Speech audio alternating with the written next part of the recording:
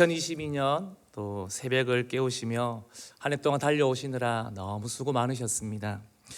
이 시간 올 한 해의 마지막 새벽 은혜를 누리시며 또 은혜 받는 귀한 시간이 되었으면 합니다. 육신은 피곤하지만 위로부터 주시는 그 하나님의 은혜가 오늘 이 시간 가득 넘치기를 축복합니다. 오늘 하나님 말씀은 제목은 하나님의 아들을 믿는 것입니다. 오늘 이 본문은 우리가 익히 너무나 잘 아는 본문입니다.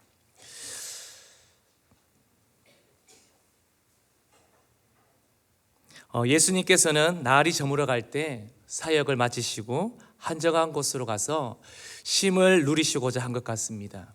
그런데 큰 무리들이 한적한 곳으로 가는 예수를 놓칠 리가 없지요. 예수님을 발견하고는 그가 있는 곳으로 얼른 그 무리들은 가게 됩니다. 예수님은 그들을 보시고 34절에 이렇게 말씀하고 있습니다. 불쌍히 여기사 가르치셨다고 말씀합니다.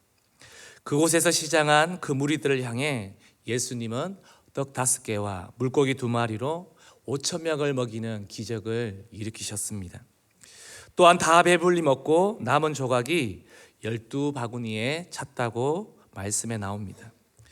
우리는 이 본문을 보면서 사람들이 빵 먹은 것에만 집중하고 있다든지 아니면 5,000명을 향해 빵을 먹이신 혁명가 예수로만 본다면 우리는 이 말씀을 인본주의적인 말씀으로 듣고 보고 있다는 것입니다. 지금 우리는 예수님의 기적 어디에 우리가 집중해야 할까요? 사실 우리가 진짜 묵상해야 할 부분은 바로 마가복음 6장 41절입니다. 우리 다시 한번 읽어볼까요? 예수께서 떡 5개와 물고기 2마리를 가지사 하늘을 우러러 축사하시고 떡을 떼어 제자들에게 주어 사람들에게 나누어 주게 하시고 또 물고기 2마리도 모든 사람에게 나누시매. 여기 보면 하늘을 우러러 축사하시고 이 본문을요 쉬운 성경에 보면 이렇게 나옵니다. 하늘을 우러러 보시며 감사 기도를 드렸다라고 나옵니다.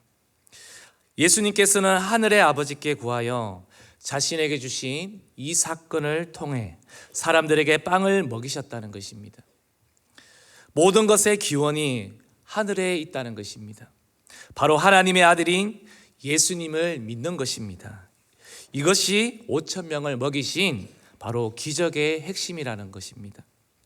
이 이야기는 처음부터 끝까지 하나님이 하셨다는 것을 많은 무리들에게 제자들에게 보여주고 있습니다. 여기에 사람들이 조금이라도 했다고 이야기가 한다면 바로 이것은 인본주의적 해석이요 묵상이 되는 것입니다. 분명 우리 인생 가운데도 하나님이 하신 것은 하나님이 하셨다고 분명히 고백해야 합니다. 그런데 무리와 제자들은 신본주의로 해석하지 못하고 이 일을 통해 말씀하시는 근본적인 것을 이해하지 못하는 그들을 향해 예수님은 말씀하고 있는 것입니다. 마가복음 8장 22절에 이렇게 말씀하십니다. 이르시되 아직도 깨닫지 못하느냐 하시니라. 예수님은 너무나 답답해 하십니다. 기독교는 바로 계시의 종교입니다. 비밀을 드러내는 것입니다. 우리가 만들어낸 창작물로 계시되는 것이 아니라 바로 위로부터 하늘로부터 받는다는 것입니다. 우리의 모든 기원은 하늘로부터 즉 하나님으로부터 오는 것입니다. 우리 골로새서 3장 1절에서 3절까지 말씀을 같이 읽어보겠습니다. 그러므로 너희가 그리스도와 함께 다시 살리심을 받았으면 위의 것을 찾으라. 거기는 그리스도께서 하나님 우편에 앉아 계시느니라. 위의 것을 생각하고 땅의 것을 생각하지 말라. 이는 너희가 죽었고 너희 생명이 그리스도와 함께 하나님 안에 감추어졌음이라. 뭐라고 말씀하고 있습니까? 위의 것을 찾으라. 그리고 위의 것을 생각하라고 골로새서에서는 말씀하고 있습니다. 그런데 우리는 이 땅에 살아가면서 땅의 수준에서 인간의 기준으로 말씀을 보고 세상 돌아가는 것을 판단합니다. 하나님은 이러한 인간의 모습에서 깨닫지 못하는 모습을 보며 얼마나 아파하실까요? 우리는 신본주의적으로 사고하느냐 아니면 인본주의적으로 사고하느냐 바로 누가 중심이냐 하는 것입니다. 성경은 계속해서 이러한 관점으로 계속해서 관통하고 있습니다. 바로 로더십, 바로 이 주권에 대한 문제입니다.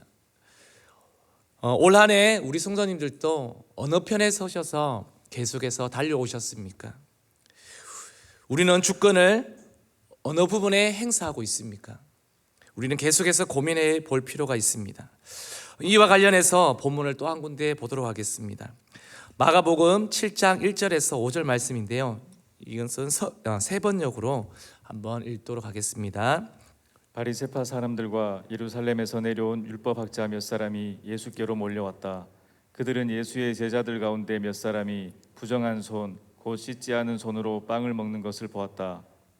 바리새파 사람과 모든 유대 사람은 장로들의 전통을 지켜 규례대로 손을 씻지 않고서는 음식을 먹지 않았으며 또 시장에서 돌아오면 몸을 정결하게 하지 않고서는 먹지 않았다. 그 밖에도 그들이 전에 받아 지키는 규례가 많이 있었는데 그것은 곧 잔이나 단지나 놋그릇이나 침대를 씻는 일이다. 그래서 바리새파 사람들과 율법학자들이 예수께 물었다. 왜 당신의 제자들은 장로들이 전하여 준 전통을 따르지 않고 부정한 손으로 음식을 먹습니까? 아멘. 이 본문은 장로들의 전통에 대해서 익히 잘 아는 손 씻는 것에 대해서, 손을 씻지 않고 먹는 제자들에 대해서 말하고 있는 본문입니다. 예수님과는 적대적인 사람인 바로 바리새인과 율법학자들이 먼 예루살렘에서 갈릴리로 찾아와서 이제 예수님과 함께 있는 장면을 말하고 있습니다. 그들은 예수님을 보러 왔습니다. 분명히 예수님을 보러 왔습니다. 그런데 좋은 목적으로 온 것이 아님을 우리는 볼 수 있습니다. 뭔가 그들에게 꿍꿍이가 있다는 것입니다. 흠을 잡아 예수님을 공경에 빠뜨리려고 하는 그들의 목적이 있습니다. 마가복음 7장 2절에 보면요, 예수님 제자 중 몇 사람이 부정한 손, 식지 아니한 손으로 먹는 것을 바로 그들이 보았다고 말씀합니다. 제자들의 잘못을 지적하고 있습니다. 예수님은 이 본문에 대해서 무엇을 말씀하시고자 하는지 한번 보시기를 바랍니다. 7장 6절에 보면요, 우리 빨간색 부분을 한번 읽어보겠습니다. 이 백성이 입술로는 나를 공경하되 마음은 내게서 멀도다. 네, 이 백성이 입술로는 나를 공경하되 마음은 내게서 멀도다. 이들의 마음에 대해서 지적하고 있는 것입니다. 예수님의 말씀을 통해 손을 씻으라는 말일까요? 아니면 씻지 말라는 말일까요? 이러한 말씀을 하고 있지 않는 것 같습니다. 모든 행동에서 중요한 것은 사람들의 전통, 사람들의 생각에 따라서 하는 것이 아니라 바로 하나님의 관계, 바로 근본적인 태도를 예수님은 말씀하고 있는 것입니다. 예루살렘에서 온 그들은 정결의 문제들을 갖고 내세우면서 혼란을 일으켰는데 예수님은 위생의 문제라든지 율법의 문제라든지 전통을 뛰어넘으셔서 하나님과의 관계 속에서 무엇을 하고 있는지를 말씀하고 있으십니다. 쉽게 말하면 예수님이 그들의 외적이고 형식적인 것을 따지는 그들을 향해서 호통치고 있는 장면입니다. 마가복음 7장 8절에도 보면요, 이렇게 말씀하십니다. 너희가 하나님의 계명은 버리고 사람의 전통을 지키느니라. 이들은 무엇을 버렸습니까? 바로 하나님의 계명을 버렸습니다. 무엇을 붙들고 있나요? 사람의 전통만을 붙들고 있습니다. 여기에서 손 씻는 것이 나쁘다고 말하고 있지는 않습니다. 성경에 나오는 손 씻는 것에 대해 찾아보면요, 나의 죄와 관련해서 나옵니다. 자신의 죄를 씻는 상징적인 행동으로 결백함을 드러내 보이기 위해서 그 장면이 계속해서 성경에는 나옵니다. 하나님을 부정한 사람은 우리가 보면 찾아낼 수 있습니다. 처음부터 우리는 대응할 수가 있습니다. 그런데 인본주의가 가득한 사람은요, 말씀은 듣지만 그 속에 자신의 자아가 강하게 묻어 있습니다. 가장 큰 우상이 무엇일까요? 자기애에 깊이 빠져 있는 사람이 바로 중독에 빠지게 됩니다. 교회 안에서도 인정받고 싶어 합니다. 그런데 이것이 맞지 않으면 심지어는 교회도 떠나게 된다는 것입니다. 결국 이러한 사람은 하나님의 말씀도 땅의 차원에서 보기 때문에 하나님의 말씀을 자기 생각대로 판단하고 해석한다는 것입니다. 그렇다 보니 하나님께서 그 사람에게 들려주시고자 하는 말씀을 들을 수가 없습니다. 그러니 이 사람은 오랫동안 교회를 다녔지만 변화되지 않거나 더디게 간다는 것입니다. 성경을 많이 읽었다 하는 사람 중에서도 입에서 나오는 말들은 인본적인 말이 나올 수 있다는 것입니다. 자기 고집을 꺾지 않기에 그 인본적인 상태에서 말씀을 보면요, 아무런 감동과 깨달음이 없습니다. 겸허하게 자기 자아를 내어놓고 말씀을 보지 않으면 사람이 변화가 되지 않습니다. 예수님은 이 전체적인 상황을 통해서 이 인본적으로 살고 있고 신앙생활을 하는 제자, 백성들을 향하여서 꾸짖고 있습니다. 예수님은 이 광경을 통해 너희들이 예배를 안 하는 것이 아니라 앞에서 읽었듯이 뭐라고 말씀했습니까? 나를 헛되이 예배한다고 말하고 있습니다. 마가복음 7장 7절도 한번 보면요, 이렇게 나옵니다. 사람의 계명으로 교훈을 삼아 가르치니 나를 헛되이 경배하는도다 하였느니라. 바로 인본주의는 경건의 대상이 하나님이 아닌 인간이어야 한다고 계속해서 부추깁니다. 세상의 가치와 세계관이 이미 타락한 아담으로부터 가득 듣고 있다는 것을 말해주고 있습니다. 유다서와 요한 1, 2서에 보면 거짓 교사들이 교회 안에 슬그머니 들어와 있는 것을 볼 수가 있습니다. 그래서 거짓으로 속이고 분쟁하고 교회를 넘어뜨립니다. 우리는 신앙생활을 하면서 하나님의 말씀을 있는 그대로 읽고 그대로 받아들이는 것만으로도 복받은 것임을 믿으시기를 바랍니다. 그런데 안타깝게도 말씀을 자기 중심적으로 읽고 땅의 수준으로 해석하고 말씀 묵상을 해서 교회 안에서도 많은 성도들의 영이 죽어가고 있습니다. 말씀 묵상이 중요하지만 자기 중심적으로 할 때는 오히려 그것이 독이 될 수가 있습니다. 죄가 더럽고 무섭게 여겨져야 하는데 인본주의적인 생각에 젖어 있으면요, 죄와 타협해도 아무런 죄책감이 들지가 않습니다. 나에게 집중하고 있는 것이 바로 우상숭배입니다. 마귀들이 가장 많이 우리에게 심어주는 메시지가 무엇인지 아십니까? 바로 너를 숭배하라는 것입니다.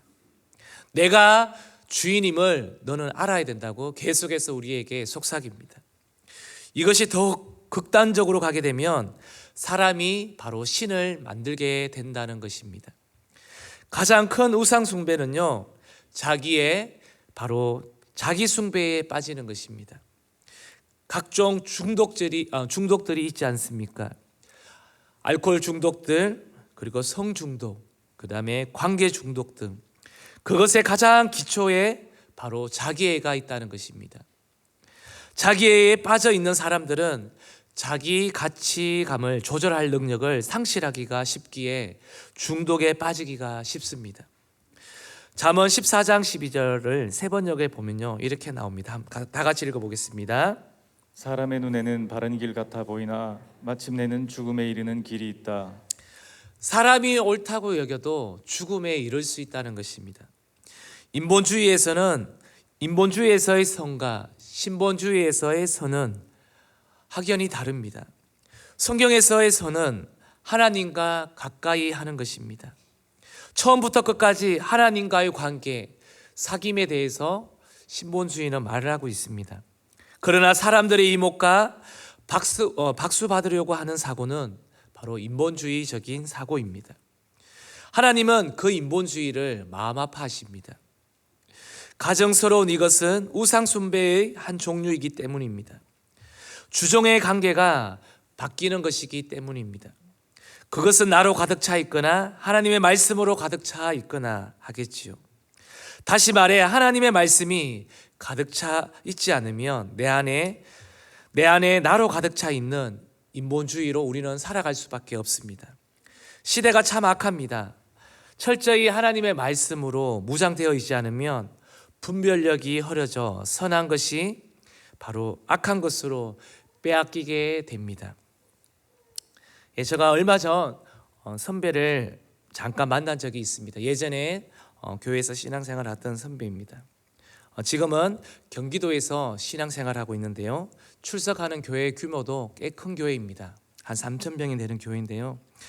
그 선배의 이야기를 들으면서 이야기를 하더라고요.